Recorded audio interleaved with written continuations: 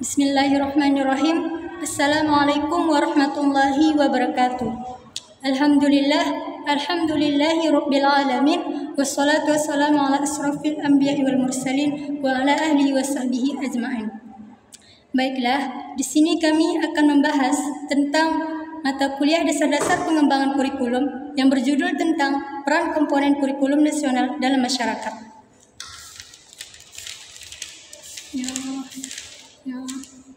Jadi di sini ada pengertian komponen, yaitu pengertian komponen adalah bagian yang integral dan fungsional yang tidak terpisah dari suatu sistem kurikulum, karena komponen itu sendiri mempunyai peranan dan pembentukan sistem kurikulum.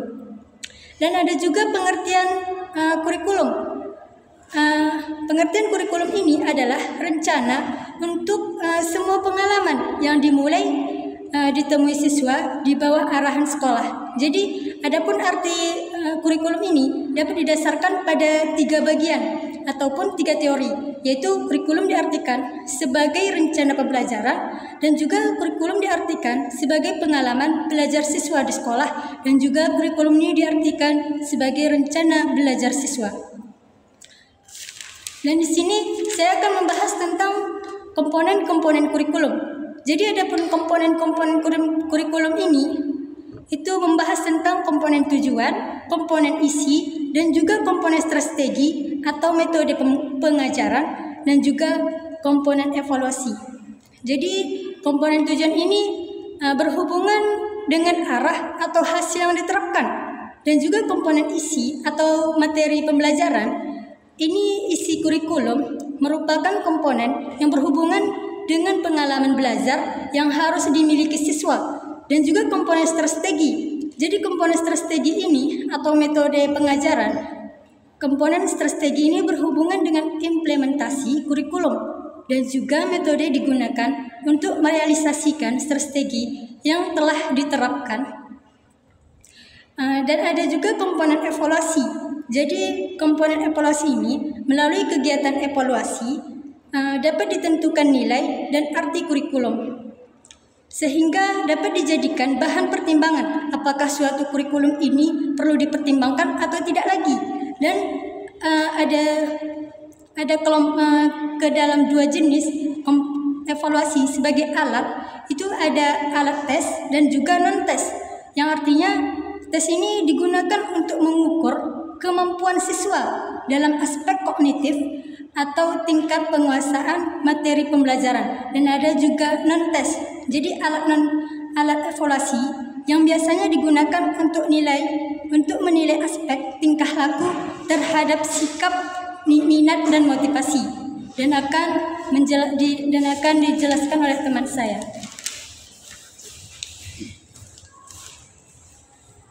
Yang selanjutnya yaitu adalah peran komponen kurikulum. Kurikulum sebagai rencana pendidikan yang telah disusun secara sistematis tentunya mengembangkan peranan yang sangat penting bagi pendidik, di mana peran-peran tersebut memiliki tanggung jawab masing-masing. Kurikulum sebagai komponen pendidikan setidaknya memiliki 3 peran. Yang pertama, peran konservatif, peran kreatif, dan yang ketiga peran kritis dan evaluatif. Yang pertama yaitu adalah peranan konservatif.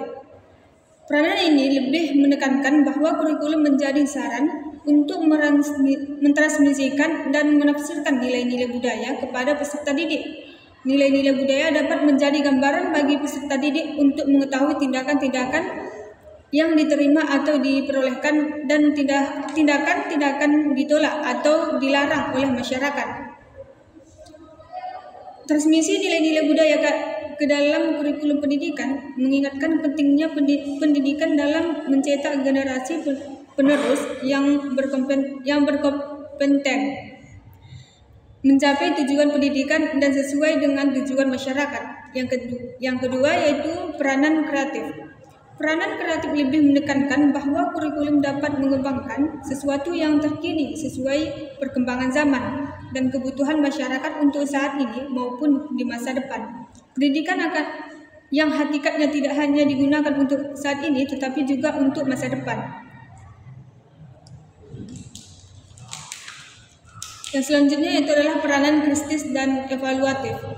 Peranan ini dilatar belakangi oleh perubahan dalam nilai-nilai budaya dalam kehidupan bermasyarakat, sehingga dapat transmisi nilai-nilai budaya perlu memperhatikan perubahan-perubahan yang ada untuk menyesuaikan dengan kondisi saat ini yang juga kian berkembang. Kondisi saat ini yang dan akan datang tentunya memiliki kondisi yang berbeda sesuai kebutuhan pada masanya. Dengan demikian, peranan kurikulum bukan hanya mentransmisikan segala jenis nilai-nilai budaya yang ada, tetapi juga memilah dan memilih yang akan diwariskan sesuai kondisi yang sedang terjadi.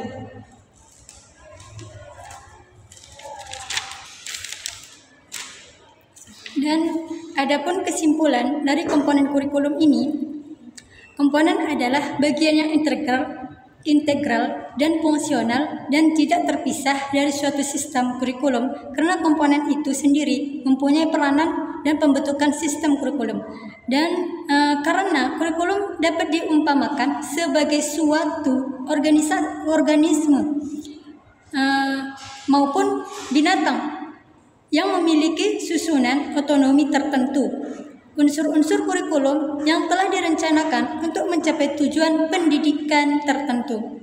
Dan juga kurikulum dapat diumpamakan sebagai suatu organisme, manusia ataupun binatang yang memiliki susunan otonomi tertentu. Unsur atau komponen-komponen dari otonomi tubuh kurikulum yang utama adalah tujuan isi atau materi proses atau sistem penyampaian dan media, serta evaluasi. Komponen-komponen tersebut berkaitan erat satu sama lain. Cukup sekian dari penjelasan